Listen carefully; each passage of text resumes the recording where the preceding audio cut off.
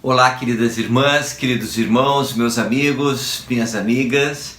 Hoje é dia 9 de fevereiro, quinta-feira, e completamos 105 dias seguidos de leitura do livro de Mórmon.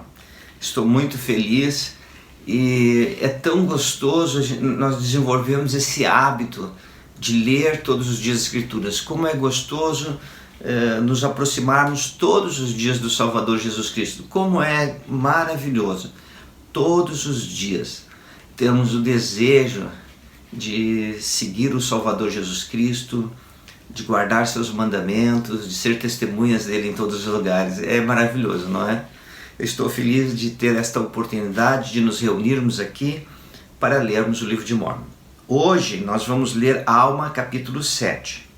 Palavras de Alma ao povo de Gideão, segundo seu próprio registro. Abrange o capítulo 7. Cristo nascerá de Maria. Ele soltará as ligaduras da morte e carregará os pecados de seu povo. Aqueles que se arrependerem, forem batizados e guardarem os mandamentos terão vida eterna. A imundície não pode herdar o reino de Deus. Requer-se humildade, fé, esperança e caridade, aproximadamente 83 a.C. Eis que, meus amados irmãos, já que me foi permitido vir até vós, tentarei, portanto, falar-vos em minha linguagem, sim, de minha própria boca, sendo que é a primeira vez que vos falo com as palavras de minha boca, pois tenho estado completamente restrito à cadeira de juiz, com tantos deveres que não me foi possível vir até vós. E ainda agora, eu não poderia ter vindo se a cadeira de juiz não tivesse sido passada a outro, para que governasse em seu lugar. E o Senhor, com grande misericórdia, permitiu-me vir até vós. E eis que vim com grandes esperanças e muito desejo de constatar que vós vos haveis humilhado perante Deus e que haveis continuado a suplicar-lhe a graça, de constatar que sois irrepreensíveis perante Ele e que não estáis no terrível dilema em que se acham nossos irmãos em Zaralena. Eu achei tão linda esta passagem aqui quando fala assim, né? Imagina o profeta de Deus falando para aquele povo daquela região da cidade de Gideão, dizendo assim: vocês são irrepreensíveis perante Deus. Olha que coisa maravilhosa, não é? Ah, quem dera que eu e você pudéssemos ser irrepreensíveis diante de Deus. Que pudéssemos estar vivendo todos os mandamentos, pudéssemos estar sendo discípulos fiéis de Jesus Cristo.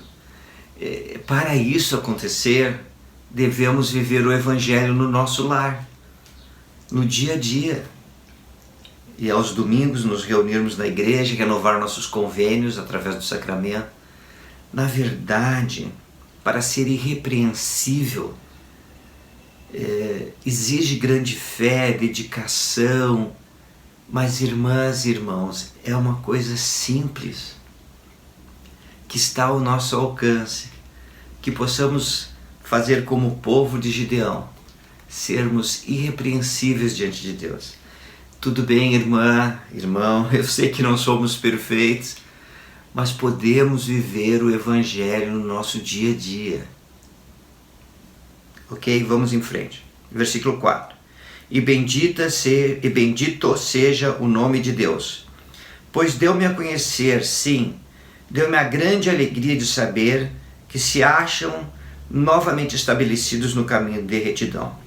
E espero, segundo o Espírito de Deus que está em mim, ter também alegria por vós.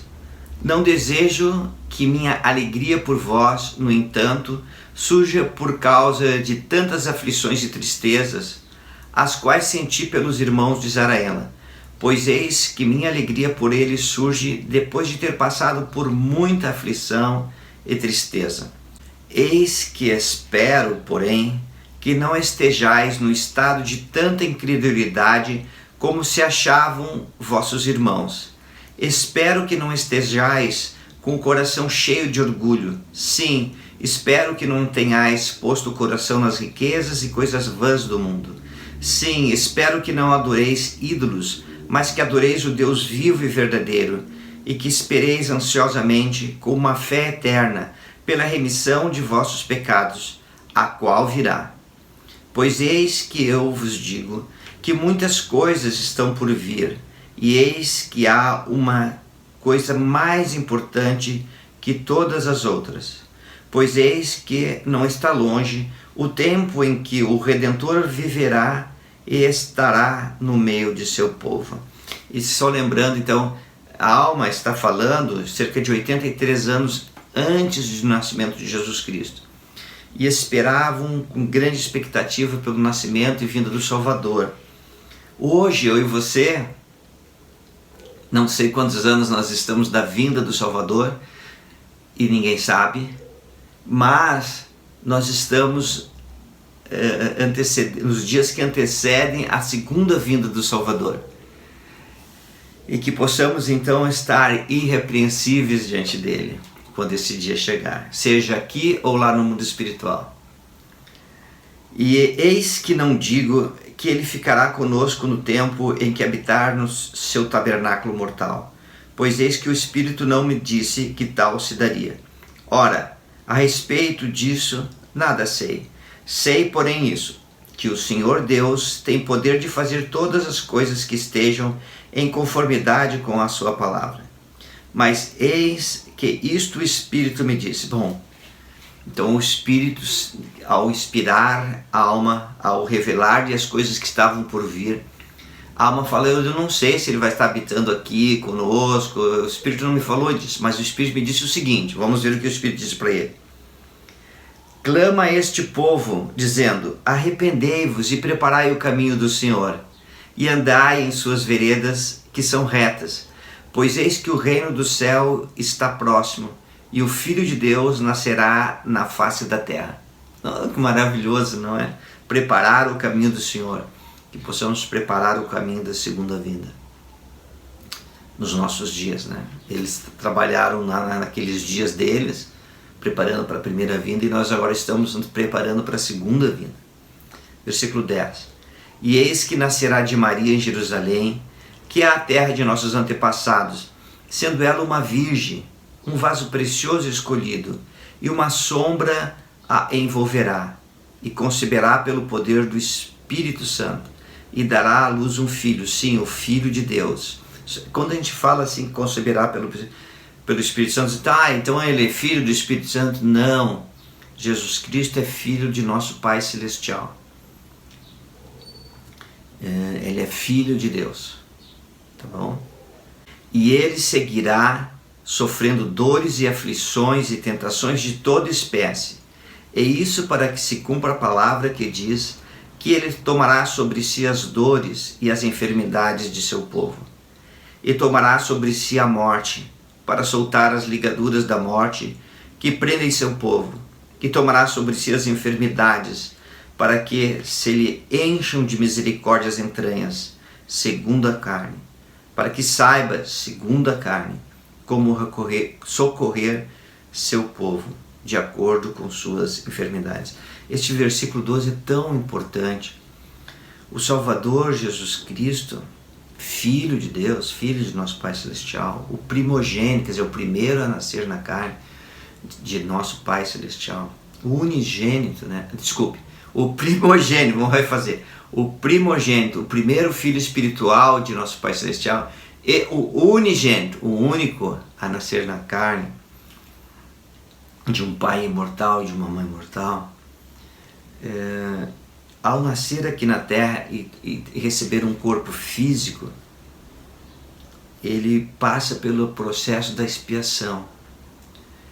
Ele sofre tentações ao longo da vida, mas não cede a elas. Mas sabe, ele passa pelo processo que nós passamos de ser tentado, mas ele não cede a elas. E ele passa pelo processo da expiação, que e nós ainda vamos aprender mais sobre a expiação, aprendemos agora e vamos continuar aprendendo. Mas quando ele passou pela expiação, e a expiação é aquele momento que ele entra no horto, né, de Getsemane, no jardim de Getsemane, até o momento da ressurreição, tudo isso é chamado de expiação. E quando ele está ali no Getsemane, ele passa dores que nenhum de nós poderia passar, que transpira por todos os poros sangue. Ele depois passa pelos julgamentos lá do mundo, né, através, como nós sabemos, é colocado ele uma espinha, uma coroa de espinhos, é açoitado, é pregado numa cruz. E quando ele está na cruz, os tormentos que ele passou lá no horto de Getsemane, no jardim de Getsemane, voltam de novo. E esse sofrimento foi tão intenso, que só mesmo Deus poderia passar sem morrer. E ao passar pela expiação, ele se enche de misericórdia por todos nós, por toda a humanidade, por mundos incontáveis. E ele sabe como nos socorrer. Ele sabe os nossos sofrimentos, nossas aflições, nossas dores, nossos pesares. E ele sabe como nos socorrer. Que possamos, queridas irmãs, queridos irmãos, dedicar nossa vida ao Salvador, imitá-lo, procurar ser como ele, nos tornarmos filhos de Cristo através do batismo e seguindo os seus ensinamentos. Que possamos então depositar toda a nossa confiança no Salvador, porque ele sabe como nos socorrer, ele sabe como te ajudar agora, em meio às tuas dores e aflições. Confia nele, confia no Salvador. Versículo 13. Ora, o Espírito sabe todas as coisas, não obstante, o Filho de Deus padece segundo a carne para tomar sobre si os pecados de seu povo, para apagar-lhes as transgressões, de acordo com o seu poder de libertação. E eis que agora este é o testemunho que está em mim. Agora digo que vos deveis arrepender e nascer de novo, porque o Espírito diz que, se não nascerdes de novo, não podereis herdar o reino do céu. Vinde, pois, e sede batizados para o arrependimento, a fim de serdes lavados de vossos pecados e terdes fé no Cordeiro de Deus, que tira os pecados do mundo, que é poderoso para salvar e purificar de toda injustiça. Sim, digo-vos, vinde e não temais, e deixai de lado todos os pecados que facilmente vos envolvem, que vos amarram e conduzem à destruição. Sim, adiantai-vos e mostrai ao vosso Deus que desejais arrepender-vos de vossos pecados e fazer com ele um convênio de guardar seus mandamentos, e testemunhai isso hoje, entrando nas águas do batismo. E quem quer que isso faça e guarde os mandamentos de Deus de agora em diante, lembrar-se-á de que eu lhe digo. Sim, lembrar-se-á de que eu lhe disse que terá a vida eterna, segundo o testemunho do Santo Espírito que está em mim. Segundo o testemunho do Santo Espírito que em mim testifica. Pronto. E estes versículos que acabamos de ler falam da doutrina de Cristo: fé, arrependimento, batismo, perseverar até o fim.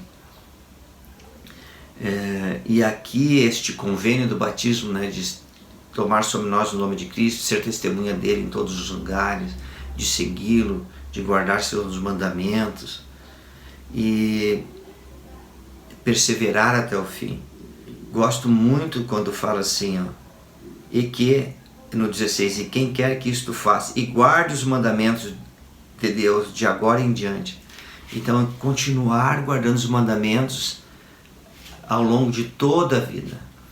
Interessante, né, que ele diz assim, que devemos ir e fazer convênio, nos arrepender, nascer de novo, ou seja, mudar nosso coração, mudar nossa vida, nascer de novo. Interessante que o Senhor nos ama tanto que ele sabia que se nós fizéssemos o convênio do batismo uma única vez e ao longo da vida pecaríamos e falharíamos e precisaríamos do poder purificador novamente da expiação. E então ele instituiu o sacramento para que todos os domingos nós possamos ir na capela, possamos ir na igreja, participar da reunião sacramental. E quando o sacramento for abençoado e distribuído a nós, com um coração puro, com desejo de mudar o coração, de nascer de novo, possamos compartilhar o sacramento. E ao compartilhar do sacramento, renovamos o convênio do batismo. E ao renovar o convênio do batismo, também renovamos o poder da purificador da expiação em nossa vida. É tão essencial ir à igreja aos domingos, irmãs e irmãos, e poder renovar nossos convênios através do batismo. Versículo 17. E agora, meus amados irmãos, credes vós nestas coisas? Eis que vos digo que sim. Sei que acreditais nelas, e sei que acreditais nelas pela manifestação do Espírito que está em mim. E agora, porque vossa fé é forte a respeito disto, sim, a de respeito das coisas que eu disse, grande é a minha alegria. Porque, como vos disse desde o princípio, muito desejava que não estivesses no dilema de vossos irmãos. E eis que verifiquei que meus desejos foram satisfeitos, porque percebo que estais nas veredas da retidão, percebo que estais no caminho que conduz ao reino de Deus. Sim, percebo que estais endireitando as suas veredas. Percebo que vos foi dado conhecer, pelo testemunho de sua palavra, que ele não pode andar por veredas tortuosas, nem se desvia daquilo que disse, nem há nele sombra de desviar-se da direita para a esquerda, ou seja, daquilo que é certo para aquilo que é errado. Portanto, o caminho é um círculo eterno. E ele não habita em templos impuros, nem pode a imundícia ou qualquer coisa impura ser recebida no reino de Deus.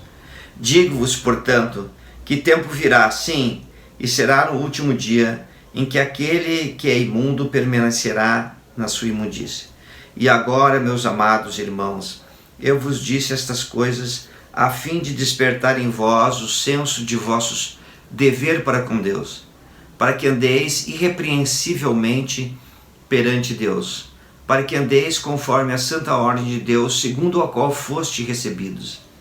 E agora quisera que fosses humildes e submissos, e mansos e fáceis de persuadir, cheios de paciência e longanimidade, sendo moderados em todas as coisas, guardando diligentemente os mandamentos de Deus em todos os momentos, pedindo as coisas necessárias, tanto espirituais como materiais, agradecendo sempre a Deus por tudo quanto recebeis.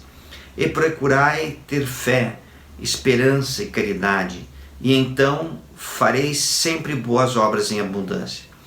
E que o Senhor vos abençoe e conserve vossas vestimentas imaculadas, para que possais finalmente sentar-vos no reino de Deus, para não mais sairdes com Abraão, Isaque, Jacó e os santos profetas que existiram desde que o mundo começou, conservando vossas vestimentas imaculadas, assim como a deles são imaculadas.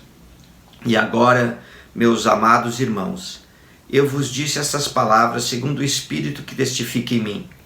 E minha alma regozija-se muitíssimo por causa da extrema diligência e atenção com que ouvistes a minha palavra. E agora que a paz de Deus descanse sobre vós e sobre vossas casas e terras e sobre vossos rebanhos e manadas e tudo que possuís, vossas mulheres e vossos filhos, conforme vossa fé e boas obras, de agora em diante e para sempre. E assim falei. Amém. Que alegria lermos o livro de Mórmon. Que alegria é poder sentir a influência do Espírito Santo na nossa vida, testificando que Cristo vive. E assim terminamos mais um dia de leitura.